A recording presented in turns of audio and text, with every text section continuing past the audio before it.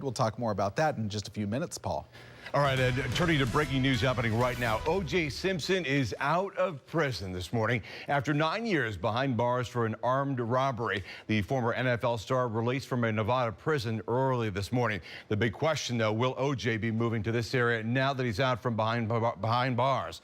Amanda Shavari live in Tampa, and the big question, Amanda, do we have any idea if he's going to come here? Any plans? Well, live here in St. Pete. All right, Amanda Shavari live in Tampa with breaking news. We know you'll be keeping on track this morning with that. Thank you so much.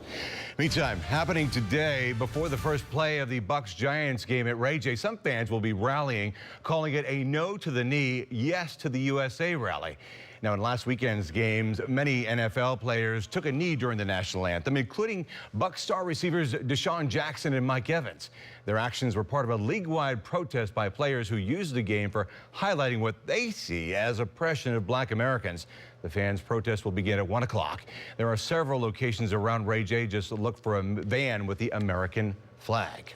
Also happening today, a Brooksville restaurant owner will add fuel to the fire, literally, over the anthem kneeling debate. You can bring your NFL jerseys and other merchandise to the Coney Island Drive-In in exchange for a free hot dog. Owner John Lee believes it will be a positive get-together, including a history lesson from local Marines, and at least one customer, well, he gives that idea a thumbs up. Burning anything in the NFL right now is a terrific idea. I mean, it's a great way to show how, I don't know, that's a great way to show how I would feel, but how everyone else here, I guess, feels too. Now, since his restaurant is private property, people who don't want to stand for the national anthem today, the idea, you shouldn't probably show up there. Also happening today, family, friends, and neighbors conducting another search for missing 14-year-old Jabez Spann. The teen been missing since September 4th, last seen in the area of 22nd Street in Sarasota. His supporters will meet up at around 10:30 this morning to begin this latest search. Also this morning, a St. Petersburg family trapped in Puerto Rico is back in Florida. That's the good news, all thanks to our story and the mayor, Rick Kreisman.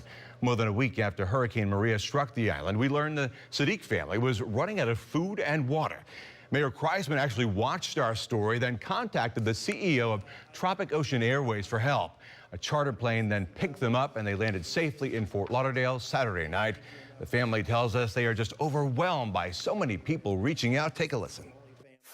But we are floored. We're definitely excited to be here. Now, the family tells us they hope their story will help bring awareness about the devastation and destruction in Puerto Rico. President Trump is expected to be there on Tuesday. Also this morning, some people who rode out the hurricane and lived to tell the story are back here in the Bay Area after landing in Tampa on the first commercial flight since the storm hit. The concourse at TIA, look at that, filled with tearful reunions Saturday night. One couple bought tickets for family members to fly to Florida, and when they finally arrived, as you see, plenty of hugs and a whole range of emotions. I feel happy, but they're still struggling. Now, the newly arrived family members don't know how long they'll stay in Florida, though the tickets they bought were only one way. All right, ahead this Sunday morning, a now famous comic book character almost went by the wayside. That's right, coming up, creator Stan Lee reveals which big guy was his toughest sell, plus more sights and sounds from this weekend's MegaCon in Tampa. 7:08, your time right now. You're watching News Channel 8 today, this Sunday morning. Welcome back, calling all you Trekkies, Slayers, and true believers. It is the second annual MegaCon Tampa Bay. Yeah, it is. And as I found out on Saturday, the three-day event continues to be a real hit. Strike a pose, there's nothing to it. And I'm proud of a Hulk. What would we have done without the Hulk, man? Now, Stan Lee wasn't supposed to be in Tampa, actually. It was only after Irma hit that he decided to come here to help raise money for Hurricane Irma relief efforts through a special auction. I believe they raised about $25,000. Doors opened this morning just about 12 minutes ago. All right, the Florida Keys back in business. People getting ready to welcome tourists after the hurricane. They're coming up.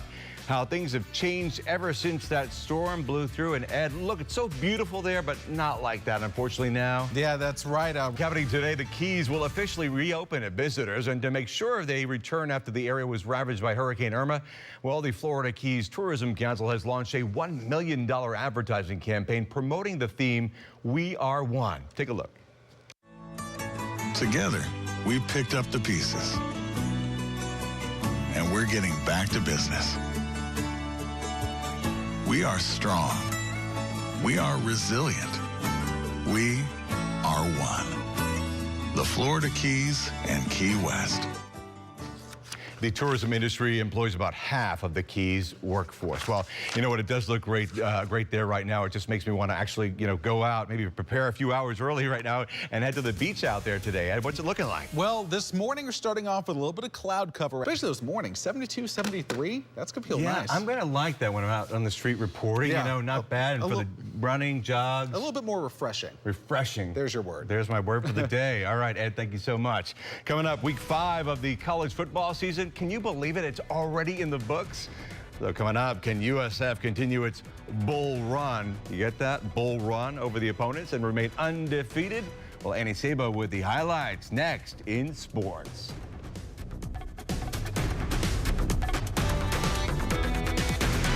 Have a great day, everyone. I can't wait for the game today. All right, Annie, thank you. Happening today, a special tailgate experience. Speaking of the game, for Bucs fans, the Built Ford Toughest Tailgate. Say that 5 times fast. It continues today. Saturday's events, here they are at International Plaza, featuring larger-than-life games like cornhole. And there's quarterback target toss. We caught up with former Bucs player, NFL Hall of Famer Derek Brooks. There he is, who posed for pictures with fans. There's a lot of excitement about this team. The game tomorrow, root the Bucs to a win. It's always good to hear from him, isn't it? All right, now if you go today, you'll have a chance to win gift cards from NFLshop.com. The Bucs game kicks off at Ray J, as Annie said, at 4:05 this afternoon. Still ahead this morning, O.J. Simpson released from prison. So will he actually be coming here to Florida? A live report on what we know so far from the State Corrections Department, and Hurricane Irma relief for folks in need, where you can go today for help. Those stories and a whole lot more. And Ed's back too. That's in our next half hour. We'll be right back. Your time right now, 7:26. But right now, a statewide manhunt is underway for a person of interest in connection with the death of a Florida nanny. Go ahead and take a good look at this. Police are looking for this guy. It's Scott Edward Nelson. They tell us he withdrew $300 from Jennifer Lynn Fulford's account on the very day she went missing. Fulford's body was found Saturday afternoon in southwest Orange County. Anyone with information is urged to call 911. Meantime, Pinellas County deputies now releasing this surveillance video in hopes of tracking down an armed robber. Look at this play out. Investigators say the suspect walked into a 7-Eleven early Wednesday morning, walked up to the clerk, look at this, and pointed a gun right at her. The suspect took some cash, then ran off. Now, just a few hours later, investigators believe that same suspect robbed Pinellas County Deli. Here's the video.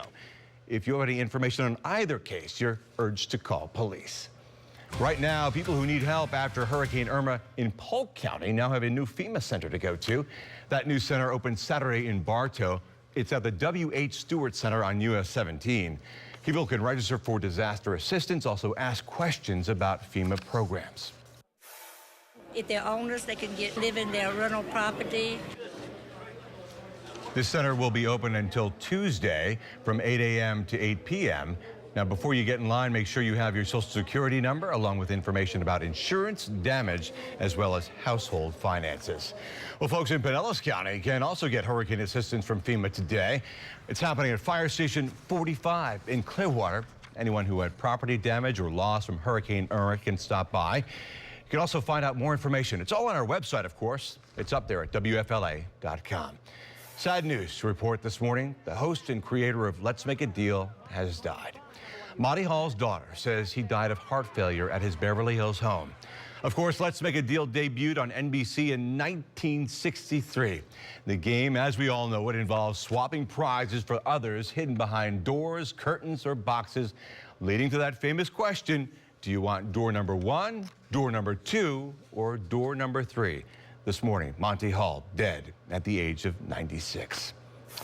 Well, some scary moments for passengers on an Air France flight from Paris to Los Angeles. Look at this. The plane had to make an emergency landing because of that, happening in eastern Canada Saturday after an engine had, quote, serious damage. Yes, indeed. A passenger took that video as the 4-engine Airbus A380 was landing.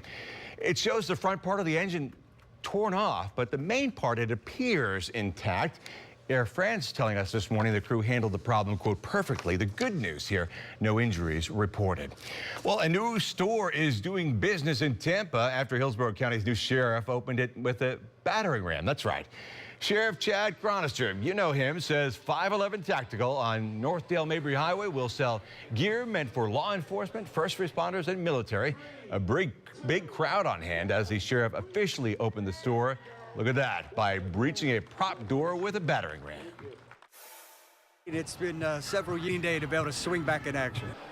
The sheriff has been all over the place since he was sworn in on October 1st. All right, this is 511's first parent store in Florida. Happening today, the public opening of the Florida Aquarium's new 4D theater. The 4D experience combines the visual drama of a 3D digital film with a variety of multi-sensory effects built into the seats and the theater environment.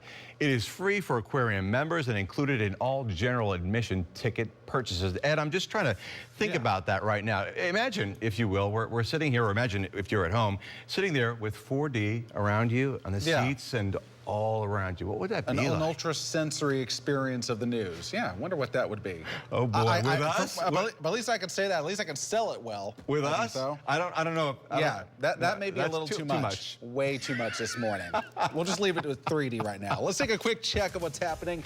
Average for the first week of October. Yeah, you know what? We were making fun of this yesterday because, you know what? We just entered fall. Yeah. We went from summer to fall, and we're already in winter. How's about that? I mean, we're starting to get down that way, so your average temperatures start going down, but we'll take it, though. It's still going to stay pretty warm. You'll have a week to break out the pants and the parkas. And that's one whole week. That's it. Right. All right, well, still to come. We turn now to some political news, from Hurricane Irma and the response from the White House to the NFL controversy that continues to heat up. Keith Cate caught up with Chuck Todd on Friday. Here is part of their conversation. Let me answer to me. A portion of the conversation between Keith Cate and Chuck Todd. All right, of course, you can watch Meet the Press later on this morning at 10 a.m. right here on News Channel 8. That is right after our own political show at 9:30 this morning. We're going to have a special guest, House Speaker Richard Corcoran. Still to come this morning, athletes train their entire lives to try and make it to the Olympics. Ahead, meet one woman going for gold on the skates. 7:51 your time. Right now, you're watching News Channel 8 Today, this Sunday morning, the 1st of October.